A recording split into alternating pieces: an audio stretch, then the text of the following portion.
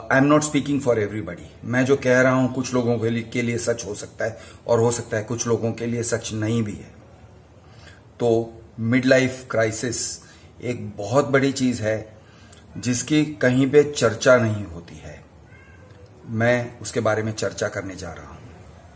आपके करियर को, आपके बिजनेस लाइफ को, आपके पर्सनल लाइफ को उजाड़ कर रख सकता है और शायद संवार कर भी रख सकता है। यानी it can destroy and it can improve your life.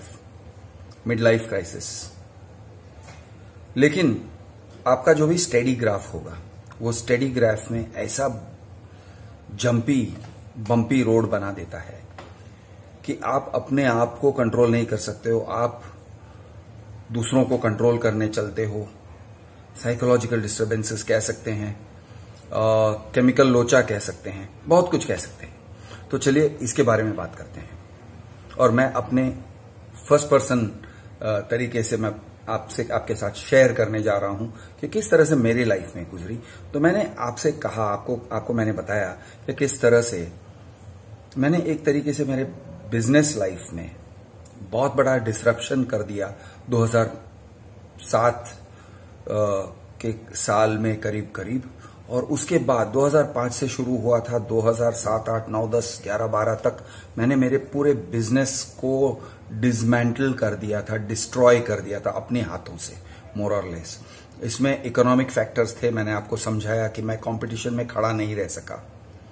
तो ऐसे नहीं है कि हर एक चीज मेरे अंदर से निकली थी, कुछ ऐसी फैक्टर्स थे जो बाहर से भी हुए थे। मेरा अंदर बर्नआउट हुआ था, यानी मेरा दिमाग ने काम करना छोड़ दिया था। कई बार ऐसे मुझे महसूस होता था कि मैं सुन्न हो गया हूं, मेरा दिमाग काम नहीं कर रहा है, मेरा दिमाग साथ नहीं दे रहा है। मैं एक सेंटेंस को दूसरे सेंटेंस के साथ जोड़ नहीं पा रहा हूं। मैं सेंटेंस का बिगिनिंग वर्ड शुरू करता हूं तो एंड तक पहुंचते पहुंचते मैं भूल जाता हूं कि सेंटेंस का बिगिनिंग क्या था। यानी ग्रामेटिकल सेंटेंस को फॉर्म करने के लिए जितनी लंबी याददाश्त चाहिए उतनी लंबी भी मेरी याददाश्त नहीं थी। मुझे ऐसे लग रहा था जैसे कि मेरा जो कॉन्शियसनेस है वो एक स्ट्रोब लाइट की तरह on off on off on off हो रहा है। मैं सोने की कोशिश करता था, मैं सो के नींद से, यानी मैंने कोशिश किया कि सो जाओ 12 घंटे के लिए, 26 घंटे के लिए, सो जाओ, चलो सो के देखो अगर नींद से सॉल्व होता है। नहीं सॉल्व हुआ। मैंने डॉक्टर को भी अप्रोच किया। डॉक्टर ने कहा बेटा ये डिप्रेशन है तो डिप्रेशन की गोली भी दी उसने। मेरे जीपी को मैंने अप्रोच किया और उसने डिप्रेशन की गोली दी। उसने कहा ये ले डिप्रेशन की गोली। मैंने लिया। उससे प्रीमैच्योर इजैक्यूलेशन होने लगा, या उसके बाद वो टैबलेट लेने के बाद प्रीमैच्योर इजैक्यूलेशन होने लगा। यानी जैसे आप जानते, वीर्य का ऑर्गेजम से पहले निकल जाना। तो 1-2 बार वो हुआ। मैं घबरा गया। मैंने कहा यार एक सेक्स लाइफ बचा है, वो भी अगर खत्म हो जाएगा इसकी वजह से तो मुझे नहीं करना है, ये सब मुझे नहीं करना है। तो मैंने वो टैबलेट्स लेना बंद कर दिया। मैंने लिया ही नहीं, मैंने छोड़ दिया। मैंने कोई मेडिकेशन नहीं लिया। लेकिन कई बार बहुत सारे मेरे तो डॉक्टर्स का कहना था कि मैं स्ट्रेस एक्सपीरियंस कर रहा था। मेरे गले के पीछे एक बहुत बड़ा ओपन वुंड हो गया।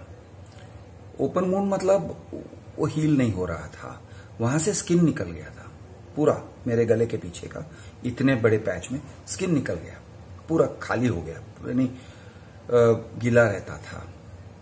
और हम डॉक्टर को दिखाने गए। मेरी वाइफ मुझे लेके गई डॉक्टर को दिखाने, और डॉक्टर ने उसे देखकर कहा कि तुम ये अपने आप को कॉज कर रहे हो। मैंने कहा यार मैं नहीं कॉज कर रहा हूं। उन्होंने कहा नहीं, तुम टेंशन से, स्ट्रेस से ऐसे करके हाथों से ऐसे छू रहे हो, और छू कर अपने हाथों के घर्षण से स्किन निकाल रहे हो। मैंने कहा मुझे तो याद नहीं है ऐसे कर रहा हूं, लेकिन उन्होंने कहा यही है। और उसकी दवाई दे दी। आई थिंक उसका नाम था यूमोजोम या ऐसा कोई क्रीम था। उन्होंने कहा ये लगाओ, मिट जाएगा। मिट भी गया। लेकिन उनका कहना था कि मैं बहुत टेंशन में रहता था। अब काम के समय ये सब हुआ मैंने अपने आप से डिस्कवर किया कि मेरा मिड लाइफ क्राइसिस जैसे हो रहा है, फिर भी मैंने डिस्कवर नहीं किया, वो तो बहुत ही बाद में चल के मुझे पता चला यार ये क्या मेरे ऊपर से वेव निकल गई। उसके बाद पता चला कि मेरे ऊपर से एक वेव निकली या मुझे केमिकल लोचा हुआ था। जब केमिकल लोचा होता है ना तो आपको समझ में नहीं आता है कि केमिकल लोचा हो रहा है, तब आपको ऐसे लगता है कि दूसरों की गलती है, वाइफ की गलती है, पेरेंट्स की गलती है, किसी की गलती है, दुनिया की गलती है, दुनिया गलत है, मैं सही हूं। तो वो एक फीलिंग आ जाता है। तो हम इसी फीलिंग के अंदर रहते हैं, इसलिए हमें पता नहीं चलता कि हमारे अंदर क्या हो रहा है।